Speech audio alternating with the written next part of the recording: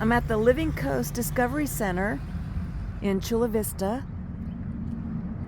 There's an event going on today. You can go to their website and check for their events.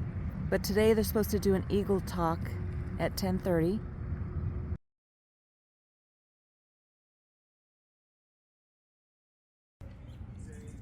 My favorite part, these beautiful birds of prey.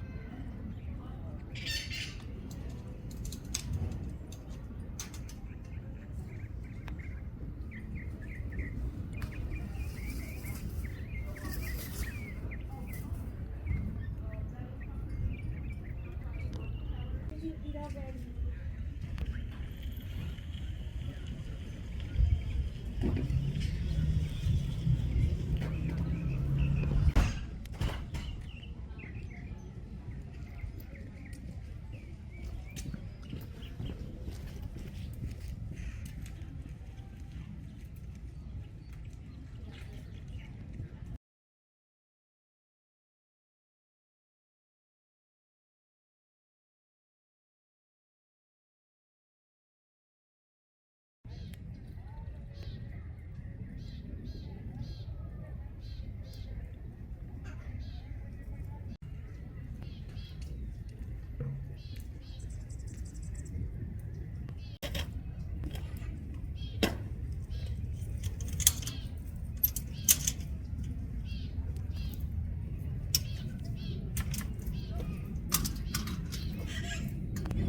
Hi. Popping another little rat in there. Okay.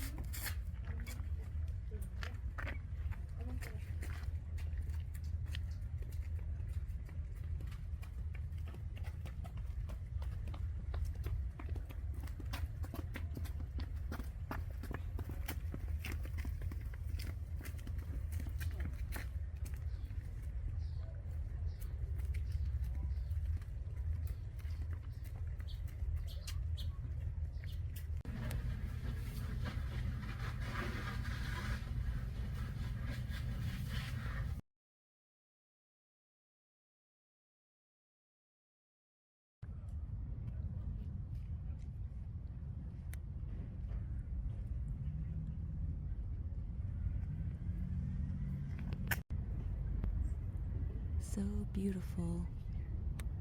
Majestic.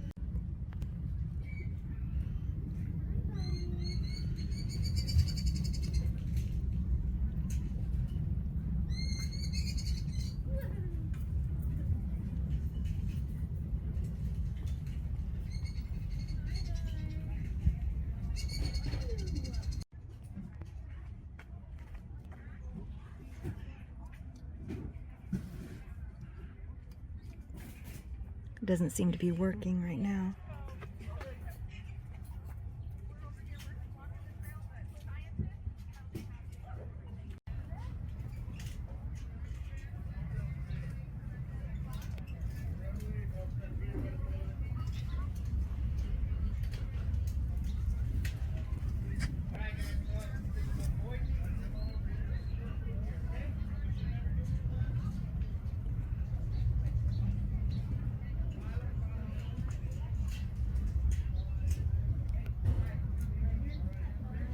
One of the education instructors here at the Living Coast. We're going to be feeding our eagles. We have Dorado, our golden eagle, and we have Betsy Ross, our bald eagle, and we have one of our animal care keepers today.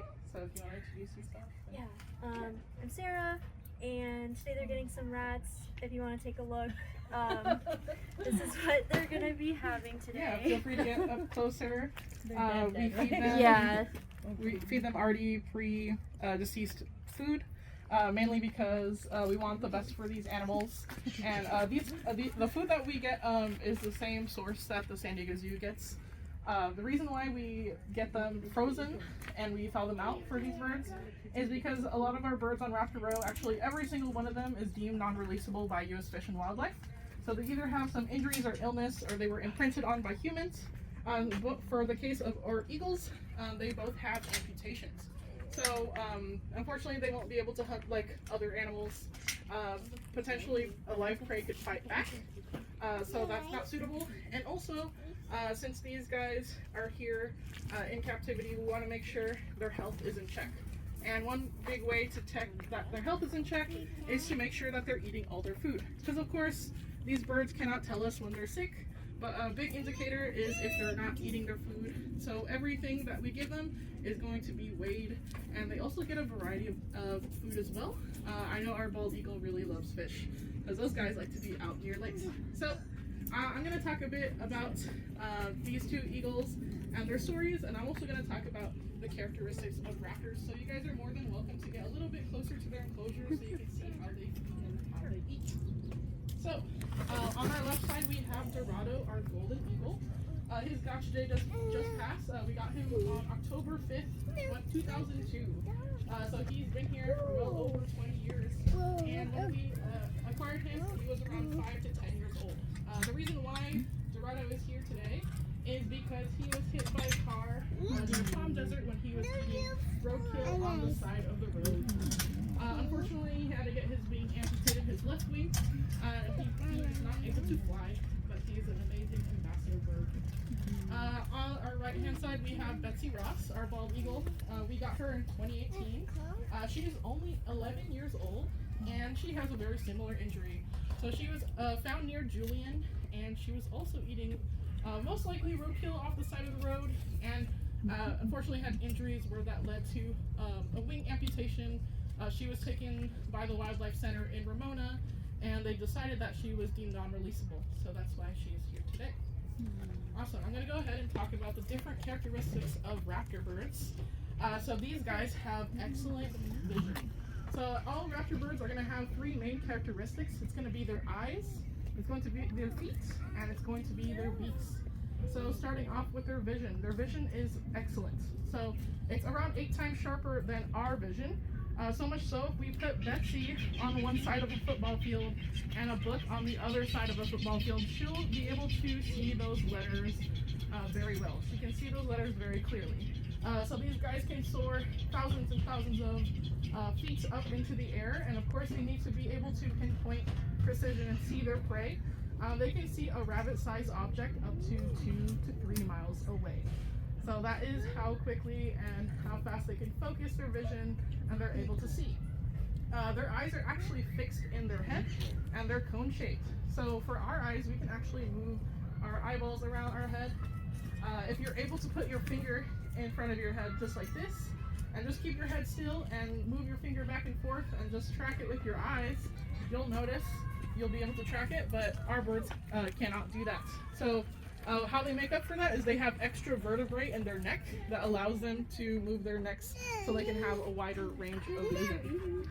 Another cool thing that these guys have is their hooked and sharp beaks. As you can see, Betsy here is tearing into her food. They'll use their beaks to kind of tear and shred their prey, and they'll eat those pieces whole. When they eat their food, they typically go for the brain first, just in case another bird swoops in and tries to steal the food. At least they're getting the most nutrient-dense part of the animal. Another thing about raptor birds is they're going to have really strong talons. So their feet and their claws, they're called talons, and most birds of prey will have 3 toes in the front and 1 in the back. And it will have a grip strength of over 400 pounds per square inch, which is enough to crush bone, and it's about the same grip strength of a Rottweiler's bite. So it's pretty strong. So these birds come from different environments. So you can see mainly the golden eagles, they like to be in more grassland areas, and they also like to eat more mammals. You can also see that these golden eagles like to use gravity to their advantage. So sometimes they'll be seeing like mountain goats that are up in the mountains, and they'll push them off of those mountains so they can eat their prey. The golden eagle is actually one of the fastest birds on the planet, like almost right behind the peregrine falcon. They have diving speeds of up to 200 miles per hour. For the bald eagle, it's going to be around 100 miles per hour. Our bald eagles, they really like to be more in forested and wooded areas that have lots of little lakes and rivers. They like to be near lots of fish. And these guys are opportunistic feeders, so no matter what it is, they'll try their best to eat it. If that's why these birds were also seen with their injuries, is because they like to eat carrion as well, which is also dead things. Things mostly vultures like to eat. These guys, since they're opportunistic feeders, they're more susceptible to getting those injuries on the road.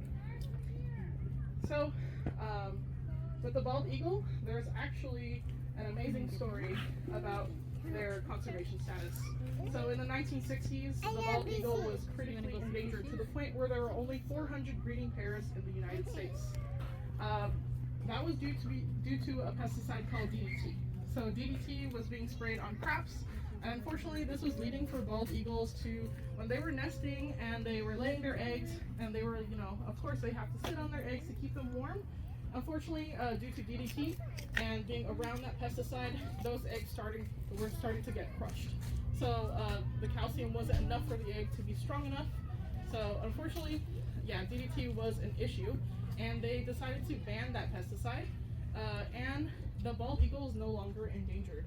In fact, there's actually around 300,000 breeding pairs in the United States now, up from 400, and there's over 10,000 alone in Alaska. So there are tons of bald eagles in Alaska. These guys have actually made sightings around Otay Lakes County Park, just here in Chula Vista, and Lake Cuyamaca just a couple days ago. So they actually like to be around a lot of the lakes and areas nearby here in San Diego. Although most people think that these birds are super rare to come by, but since they are no longer endangered, you can maybe spot them out if you go out to places like Lake Cuyamaca. There's multiple ways that we can help these raptor birds. So if you have a mice or rodent problem, avoid using rodenticides. Unfortunately, rodenticides those rodents can actually escape. They will survive for a little bit longer, and these birds of prey can get a hold of them. And unfortunately, that can poison these birds as well. Another thing is if you see roadkill on the side of the road, you're going to want to call it into the nearest facilities so they can just move it to the side so nature can do its work and they can just eat their food in peace. Because unfortunately, it's dangerous for us. If there's roadkill on the road, it can cause two crashes, and it also can cause these birds, these two beautiful eagles, to get their wing amputated, and unfortunately won't be able to be released. I also have some biofacts here if you guys want to check it out. I actually have a golden eagle feather right here if you guys want to take a look at it. You can also touch it, feel free. Eagle feathers, or any part of an eagle, is actually going to be illegal to obtain unless you're a facility like the Living Coast, or if you are a part of a federally recognized Native American tribe. So what we do with our eagle feathers, we actually gather them and we give them to local tribes that are here in San Diego. So up near Valley Center as well. Would you like to touch the eagle feather? Yeah. Oh, wow. Yeah, this is a feather from Dorado. Dorado? Yeah. So these eagles will have over 7,000 feathers on their body, and they're all waterproof as well. And these birds look pretty large, but how much do you guys think they weigh? You want to take a guess? 10? 40 Oh, 40 I'm way pounds, off. 10 pounds? bald eagle, or maybe like 30 for the bald eagle. 30? And then hollows. Yeah, honestly, that was my guess, but Betsy here, she's our largest bird. She weighs around 8 pounds. Oh, wow. So only 8 I thought I pounds. was on. So those 7,000 feathers are super, super light. And of course they have to be light enough to fly in the sky. We also have a little replica of a bald eagle egg. So you can see when DDT was rampant, when they were sitting on these eggs, they would be crushed. But yeah, their eggs are not that large. I mean, they're pretty large. Yeah. But like, maybe like, it looks like a larger chicken egg, honestly. It's not that big. But yeah. We also have a replica of the talons that you can see on hawks. So you can see they have those 3 toes in the front and 1 in the back. Really cool claws. Yeah. Oh, and the reason why they're so light is because birds have hollow bones as well. So if you look at this pelican bone that I have, you can look on the inside. Wow, yeah. Yeah, and there's lots of little holes in there. Oh, yeah. It looks pretty spongy if you want to take a look. But yeah, thank you so much for visiting Living Coast. Thank you. We really appreciate it.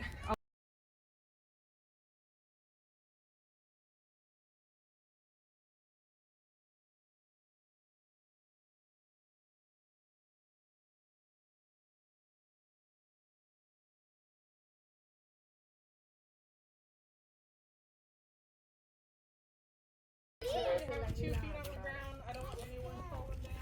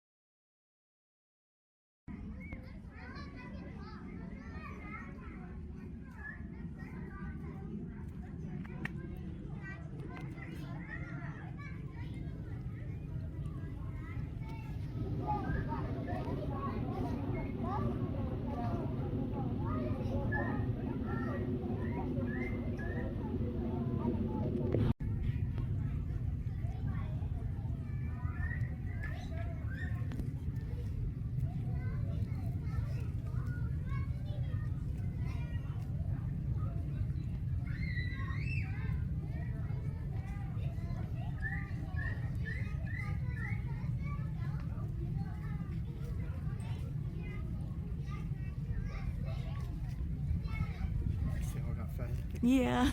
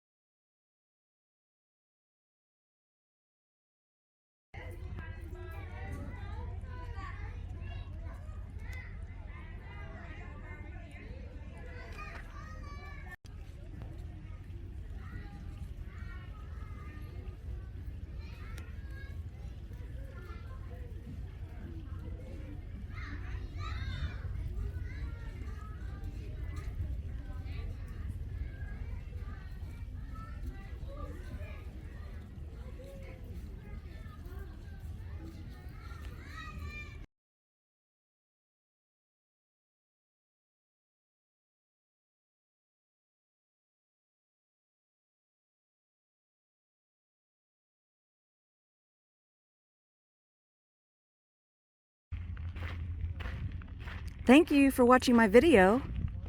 Please hit like and subscribe for more of my fun videos. And I hope that you have a beautiful day.